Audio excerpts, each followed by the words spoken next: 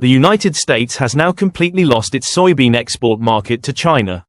And corn, once a symbol of abundance, pride, and American prosperity, is now being rejected around the world. Farmers are planting with hope, only to fear that political decisions might crush the market before harvest even begins. International buyers are turning their backs. Contracts cancelled, containers returned, prices are collapsing, and as the Midwest scrambles to find buyers, Canada, once overlooked, is stepping into America's old role with strategic precision. Their corn is cleaner, pricier, and in higher demand, signed away in billion-dollar deals with Europe, Japan, and South Korea. This isn't just about trade. It's a seismic shift, a silent collapse. So why is American corn being rejected? What changed? And if we lose corn, what comes next? Let's start with the 6 U.S. states most deeply affected, where the golden kernels of American pride now rot in the fields. Iowa, the golden fields gone silent. Iowa, once the undisputed king of corn, is now drowning in unsold grain. With over 13 million acres of cornfields, it used to feed millions. But today, the price of corn has fallen below $3.50 per bushel, cheaper than a cup of gas station coffee. Many farmers are choosing not to harvest at all. Silos are full, storage space is gone, no one is buying. One farmer admitted, for the first time in 30 years, I'm letting it rot in the field. Harvesting only means more losses. Grain processes that once operated 24/7 now run just 2 or 3 days a week. Workers have left agriculture for food delivery jobs. Even schools are cutting costs. Air conditioning shut off, students using hand fans in the summer heat. Some children have dropped out entirely, as their parents can no longer afford transportation. A state once defined by growth and grain is now marked by silence and stillness. Illinois, from bounty to bankruptcy, the lungs of U.S. agriculture are gasping for air. Once hailed as the land of abundance, Illinois has long been a pillar of American agriculture. If Iowa is the beating heart, then Illinois is its lungs, pumping life through the veins of the Midwest with its massive rail networks, sprawling grain elevators, and bustling export terminals. But today, those lungs are failing. And the air is thick with uncertainty. Just a few years ago, Illinois farmers stood proud. Trains filled with golden kernels thundered across the landscape, carrying corn from field to port. Grain packing plants ran round the clock. Fertile land changed hands at premium prices. And rural schools buzzed with the optimism of a new generation. That picture has all but vanished. Now, trains that once rumbled with purpose sit rusting on the tracks. The hum of conveyor belts has slowed to a whisper. Farmers who once operated like CEOs of the land now count every cent. Fertilizer costs have doubled. Agricultural loans are nearing 9% interest, levels not seen in decades. And as corn prices crash below production cost, families are forced into impossible decisions. Tractors are up for sale on Craigslist. Farms passed down through generations are being auctioned off, sometimes to foreign buyers, including Chinese investors. Homes once warmed by the fruits of the land are now listed in foreclosure databases. One farmer, standing beside an empty grain silo, remarked bitterly, "I don't know if I'm farming or starring in a Midwest edition of Survivor." In Joliet and other transport hubs, the once constant movement of corn has slowed to a crawl. Corn packing plants have slashed orders by up to 60%. Workers aren't officially laid off, but they now rotate unpaid shifts, clinging to hope. Truckers, sidelined by the shrinking demand, have turned to Uber or food delivery gigs just to make ends meet. And in rural school districts across the state, the impact ripples deeper. It's not innovation that pushed schools to adopt online learning, it's fuel costs. Buses now sit idle because districts can't afford to keep them running. A teacher from southern Illinois shared, "I teach geography from my kitchen over Zoom while my daughter does her homework beside me and asks if we can afford dinner tonight. Sometimes, I can't answer." Meanwhile, in Chicago, once the industrial engine of the Midwest, things aren't much better. Budget shortfalls have led to police resignations and essential service cuts. As families pack up and leave the state, urban flight is no longer a future threat, it's current reality. Illinois, the proud home of soybeans, corn, and resilience, now finds itself cornered, pressured by falling commodity prices, collapsing infrastructure, and a system that no longer seems built to support the very people who feed the nation. While across the border, Canadian farmers sign multi-million-dollar export contracts with South Korea and Europe, Illinois farmers stare down bankruptcy notices and wonder what happened to the dream. The question is no longer, how do we fix this? It's, can we afford to wait any longer? Nebraska, where fields of corn become fields of doubt. Nebraska has always been more than just a state. It's been a symbol, a place where faith in the land ran as deep as the roots beneath its endless plains. For generations, Nebraskans sowed seeds with confidence, trusting that hard work, fertile soil, and American markets would reward their labor. But now, those fields stretch across the horizon not as a testament to abundance, but as a canvas of anxiety. The sun still shines, the soil is still rich, but something vital has vanished: certainty. Export contracts that once linked Nebraska's harvest to Asia's dinner tables have quietly disappeared. Global buyers, once eager, now look elsewhere. Transport costs have surged beyond sustainable levels, forcing producers to make impossible decisions: ship at a loss or don't ship at all. Weather, always a risk, has turned cruel, swinging between floods and droughts, pushing farmers deeper into the red. A farmer in Lincoln put it simply: "Last year I planted to sell. This year, I planted to survive. Next year, I'll probably just post it on TikTok to commiserate with the others." That quote, half joke, half heartbreak, captures the grim mood spreading across Nebraska's countryside. In towns like North Platte, Hastings, and Scottsbluff, the signs of decline are everywhere. Gas stations are closing, not because there's no demand, but because there's no economy left to support them. Local banks operate just 2 days a week, their foot traffic dwindled to a trickle. Department stores have been replaced by consignment shops and second-hand outlets, filled with the remnants of better times. And then there are the cooperatives. Once vibrant centers of planning, trade, and community, they've become quiet rooms of resignation. The farmers who gather there no longer discuss markets or harvest projections, they share loss of contracts, of homes, of identity. A once reliable career path is becoming a dead end.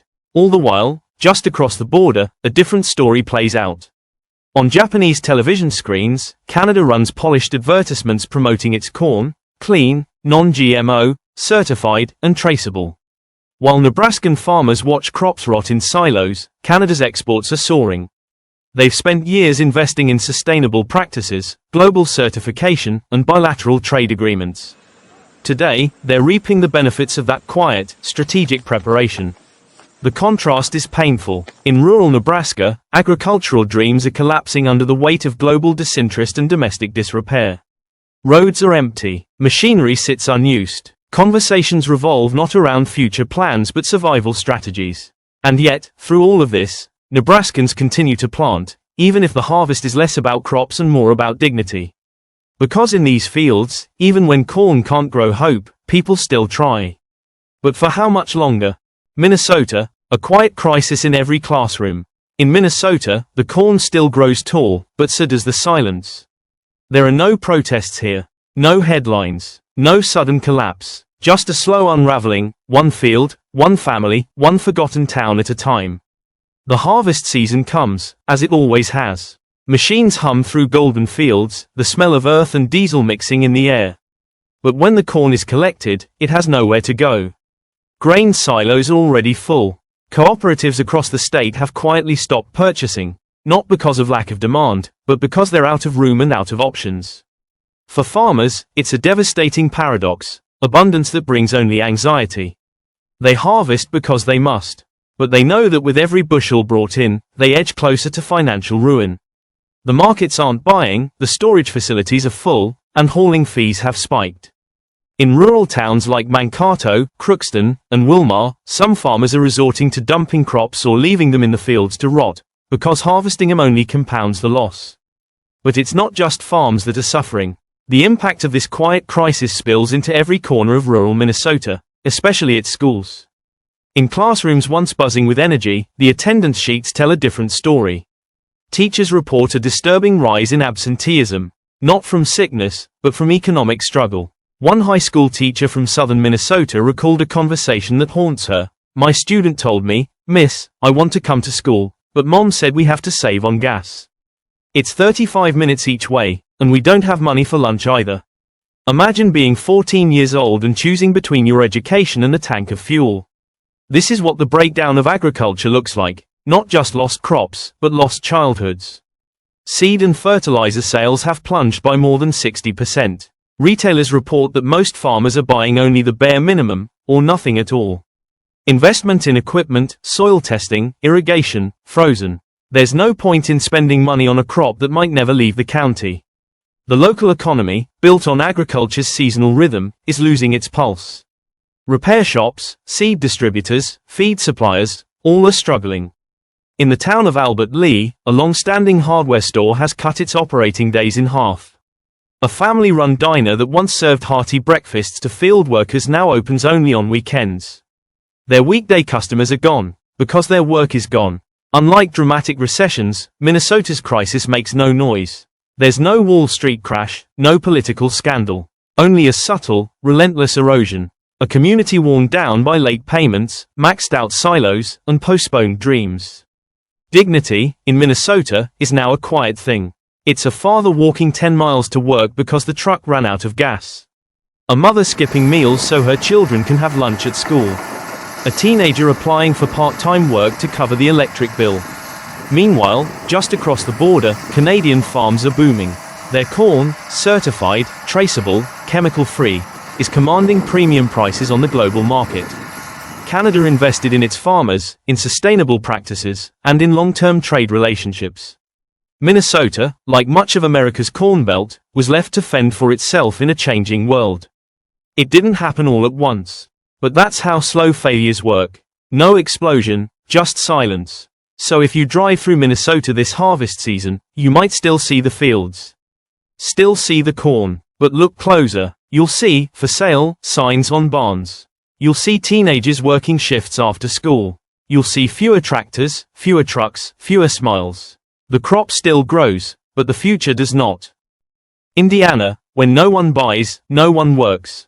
Indiana, once a proud bridge between America's farming roots and its industrial future, is now caught in a standstill. Drive through Rush County or the back roads of Terre Haute, and you'll see golden fields stretching for miles. Corn, ripe and ready. The kind of crop that used to mean a profitable harvest and full silos. But now, no one is harvesting. Not because the crops aren't ready, but because the market isn't. Fuel prices are up, labor costs are up, but corn prices are down. Way down, below the cost of production. And so the grim calculation begins. For many farmers, harvesting means losing more money than leaving the crop in the field to rot. A farmer in Decatur County put it bluntly, "I'm not giving up. I just can't keep paying to work without getting paid. This is not laziness. This is economic survival." The pain doesn't stop at the farm gate. Indiana is also home to a robust agricultural manufacturing sector. Cities like Fort Wayne and Indianapolis once thrived on orders for harvesters, planters, and grain dryers. Now, those factories stand idle for days. Orders have slowed to a trickle. Some workers are being placed on rotating shifts, 1 week on, 1 week off. Others are being asked to take voluntary unpaid leave. It's a new term that really just means there's not enough work. Restaurants that once served crowds of workers and farmers now open only half the week. In places like Lafayette, lunch rushes have disappeared. No harvest means no customers. And no customers means cooks, servers, and cleaners lose their hours, if not their jobs. Even Indiana's vaunted balance between agriculture and industry is beginning to tilt toward collapse.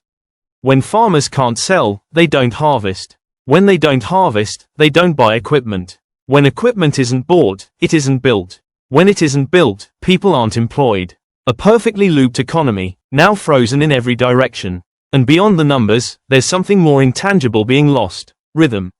The seasonal rhythm that shaped life in small towns, from school schedules to factory shifts. The steady pulse of planting, harvesting, repairing, shipping, gone. Replaced with an unsettling quiet, like a song stuck on pause. What's especially painful is the ripple of this collapse. Schools are seeing cutbacks. Community events are being cancelled. Youth programs are underfunded. In many towns, church groups and non-profits are stepping in where the government can't, or won't. Meanwhile, across the northern border, Canadian farmers, armed with government-backed trade deals and advanced infrastructure, are reaping the benefits of stability and strategy. They're investing in their next season while Indiana farmers are unsure if there will even be a next season. Indiana, once a state defined by its resilience and self-reliance, now finds itself asking a dangerous question: What do we do when we're ready to work, but the world doesn't need what we produce? It's a crisis not just of agriculture, but of identity. Because when the corn is ripe but the machines are silent, it's no longer just a market problem. It's a sign that the entire system is faltering, from soil to school, from field to factory. Indiana is waiting, for buyers, for policies, for relief, but mostly, it's waiting for someone to notice. Missouri, the final link breaks. Missouri was never the biggest name in American corn production, but it played one of the most critical roles. It wasn't the field where seeds were planted, it was the final stop, the exit gate, the dispatch zone where corn met the global market. From St. Joseph to Springfield, Missouri served as the state that tied the entire supply chain together. It was the place where corn was cleaned, packaged, certified, labeled, and shipped to the world. A vital link, silent, mechanical, and efficient. And now, that link is snapping. Processing and packing plants across Missouri have slashed operations, some by 40%, others shutting down entirely.